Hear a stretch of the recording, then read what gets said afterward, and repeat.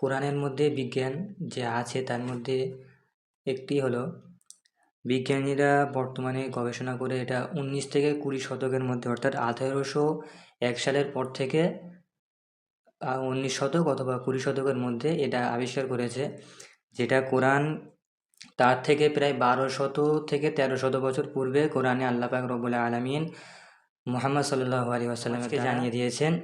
কোরআনের মধ্যে বলা আছে সূরা রহমানের 19 এবং 20 নম্বর আয়াতে, মারাজাল বাহরাইন ইয়ালতাকিয়ান বাইনাহুমা বারযাখুল লা ইয়াবগিয়ান, অর্থাৎ দুই সমুদ্রের তারা পরস্পর মিলিত হয় কিন্তু একে অপরের গুণ আলাদা। এটা বর্তমান বিজ্ঞান আবিষ্কার করেছে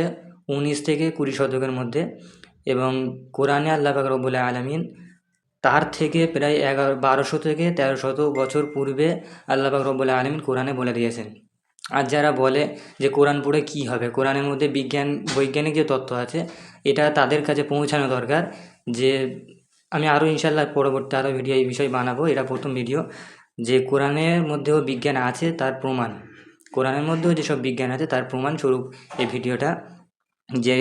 আজ বিজ্ঞান যেটা আবিষ্কার করেছে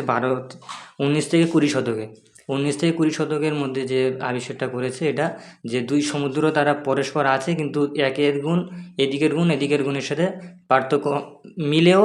তারা পরস্পর আলাদা, দুটো পানির রঙও আলাদা, এদিকটা লবণাক্ত পানি একদিকে মিঠা পানি। এটা বৈজ্ঞানিক আজ আবিষ্কার করেছে, কিন্তু কোরআন তার থেকে প্রায় 1200 থেকে 1300 বছর পূর্বে আল্লাহ পাক রব্বুল আলামিন মুহাম্মদ সাল্লাল্লাহু আলাইহি ওয়াসাল্লামের দ্বারা আমাদেরকে জানিয়েছেন।